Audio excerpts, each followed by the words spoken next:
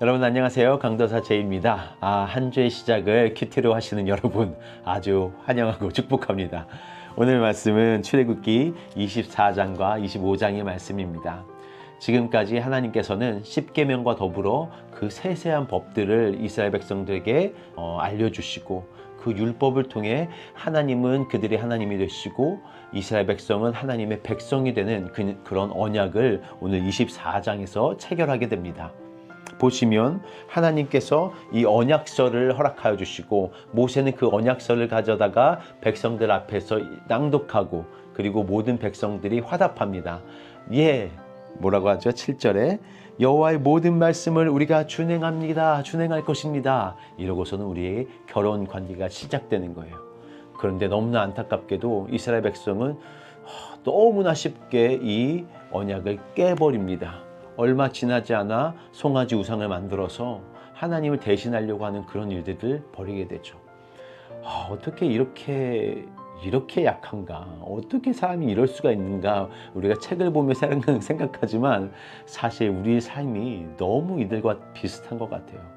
주일만 되면 우리는 하나님 이렇게 살 겁니다. 이렇게 살고 싶습니다. 하나님의 백성으로서 우리의 하루의 삶이 좀 하나님과 가까워지고 하나님의 법을 따라가는 삶을 살고 싶습니다라고 고백하고 우리가 다짐하지만 벌써 월요일만 되더라도 우리가 너무 많은 세상의 법에 노출되어서 하나님의 법을 잊고 그냥 우리 마음대로 세상의 그냥 법을 따라서 살아가는 경우가 너무 많은 것 같아요. 우리의 중요성이 어디에 있는지, 우리의 진짜 가치관이 너무 세상의 것을 향하고 있지는 않은가 생각을 해봅니다.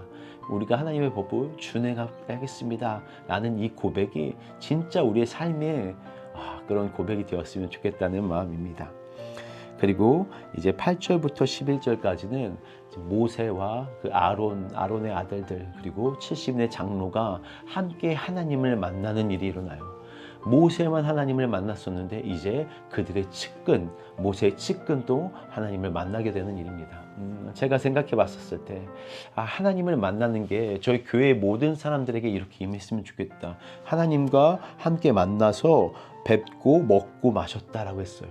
하나님과 피스트를 같이 했다는 거잖아요. 이거 얼마나 감사한 일이에요. 모세뿐만 아니라 그 주변의 사람까지도 모두 하나님을 뵈는 일이 일어나는 것. 그것이 우리 교회도 일어나면 얼마나 좋겠어요. 저만 하나님을 만나는 것이 아니라 어떤 특정한 누구만 하나님을 만나는 것이 아니라 이 모든 공동체가 하나님 앞으로 딱 나아가지고 하나님의 얼굴을 보는 그 날이 우리 교회에게 일어났으면 얼마나 좋을까라는 생각이 들었습니다.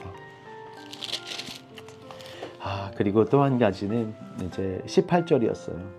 모세는 구름 속으로 들어가서 산에 올랐으면서 구름 속으로 들어갔다고 했어요. 하나님을 만나기 위해 구름 속으로 들어갔다. 이제 성경을 여러 군데를 보면 20장 21절에는 이제 모세가 하나님을 만나기 위해서 흑암 속으로 들어가고 19장에서는 불 가운데 계시는 연기 가운데 그런 어떤 그 굉음 소리 가운데 계시는 그 하나님을 만나려고 모세가 그곳에 가는 모습을 보입니다. 이게 참 의미가 있는 것 같아요. 우리가 하나님을 만나러 가는 그 길이 사실은 그렇게 쉬운 길이 아니었던 거예요. 모세한테는 흑암으로 들어가요. 저 안에 뭐가 있을지 모르고 나의 그 죄가 노출돼서 하나님 앞에 들어갔을 때 죽을 수도 있는 그런 두려움, 어려움이 있었음에도 불구하고 모세는 하나님을 만나기 위해 그 길을 떠나는 겁니다. 마치 그 철로 역정에서 마지막에 그 파도가 있잖아요. 파도를 뚫고선 그 나라를 들어가는 거거든요. 그런데 그 파도를 넘기가 쉽지 않죠. 하나님을 만나기까지 장애물이 있어요. 하나님 기도를 하면서 기도가 뚫고 들어가야 되고 말씀을 들으면서 말씀이 뚫고 들어가야 되는데 그 뚫고 들어가는 그 중간에 어려움, 가로막는 것들이 있다고요. 하지만 모세처럼 그 가운데 뚫고 들어가서 하나님을 뵙는 그런 일들이 우리 가운데 또 일어났으면 좋겠다는 생각입니다. 25장에서는 드디어 이제 하나님께서 성소를 지을 준비를 하게 하십니다. 그리고서는 모든 이스라엘 백성들에게 여기에 보면 2절에 기쁜 마음으로 내는 자에게 너희가 예물을 받으라고 해요. 하나님은 우리가 헌금을 내잖아요. 헌금을 낼 때 기쁜 마음으로 내야 되는데 이게 참 저에게도 어떻게 보면 그냥 습관적으로 내는 일들도 있고, 마지못해서 내는 어떤 분들도 계실 수도 있고, 그리고 뭐 안 내시는 분도 계실 수도 있는데, 이 부분이 참 우리가 생각해야 될 부분인 것 같아요. 하나님이 기쁜 마음으로 내는 것을 받으시는구나. 기쁜 마음으로 내는 것이 정말 성소의 세워짐에 쓰여졌구나. 기쁜 마음으로 무엇을 냈는지 다 보시면 이 모든 다 받은 것들이 다 성막에 지어지는 재료들이거든요. 그러니까 하나님은 이 기쁘게 내는 것으로 말미암아 교회를 세우시고 그 안에 하나님을 만날 수 있는 어떤 것들을 만드시는 것, 그것이 우리의 헌금에 사용되는 용도가 되었으면 참 좋겠다는 생각이 듭니다. 이제 마지막으로는 이제 여러 가지 물품들을 이제 만들죠. 여러 가지 이런 물품들을 만들었는데 하나님은 이제 조각목이라는 걸 사용하세요. 이것은 아카시아 나무를 얘기하는데 그냥 흔히 볼 수 있는 나무예요.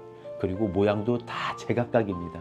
어떤 것은 곧게 이렇게 일자로 나와 있는 게 있는가 하면 그냥 막 바시럭거리게 막 이렇게 뭐 이렇게 줄기처럼 나와 있는 애들도 있고, 종류가 50가지 이상이라고 해요.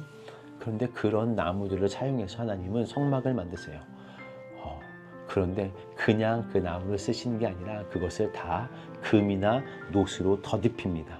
그게 무슨 뜻이냐면 이 우리 같은 일반 사람들, 우리 같은 그냥 길거리에 있는 너무나 흔한 그런 우리를 하나님 사용하셔서 그것을 예수 그리스도로 감싸는 거죠. 하나님께서 우리를 사용하실 때 우리 스스로 우리의 그 모습 그대로를 사용하시고 대신에 우리 가운데 계시는, 우리를 덧입히시는 그 예수 그리스도, 우리를 옷 입히시는 그 예수 그리스도와 함께 하나님의 나라를 세워가시고 하나님의 성전을 세워가시고 교회를 세워가신다는 그런 뜻입니다. 그래서 우리는 조각목에 불과하지만 내가 예수 그리스도로 말미암아 하나님으로 말미암아 하나님의 성전이 되어가는 것이고, 내가 한 그곳에 파트를 맡게 되시는 것이고, 하나님의 그 귀한 사역에 동참하는 것이구나. 나 같은 사람을 사용해 주시는 그 하나님의 은혜가 오늘 좀 더에게 이렇게 또 와닿았던 것 같습니다. 여러분, 오늘 하루 보내실 때 과연 내가 어떠한 법에 영향을 받고 있는지 기억하시고, 내가 하나님의 법을 따르겠습니다라고 고백하셨다면 그 법을 따르기 위해 우리가 많은 것을 포기해야 할 겁니다. 여러분, 각오하시고 또 그 삶을 살아가시면서 그 가운데 주어지는 그 기쁨, 감사가 또 생겨나길 바라고, 여러분 별거 아닌 사람이지만 우리는 그렇게 특출나지 않지만 예수 그리스도가 특출나시기에, 하나님이 대단하시기에 하나님이 우리를 덮으시면 내가 하나님 I can do anything 내가 모든 것을 할 수 있게 되는 그런 일들이 오늘 하루 여러분의 삶 가운데 일어나기를 축복하고 기도합니다. 감사합니다.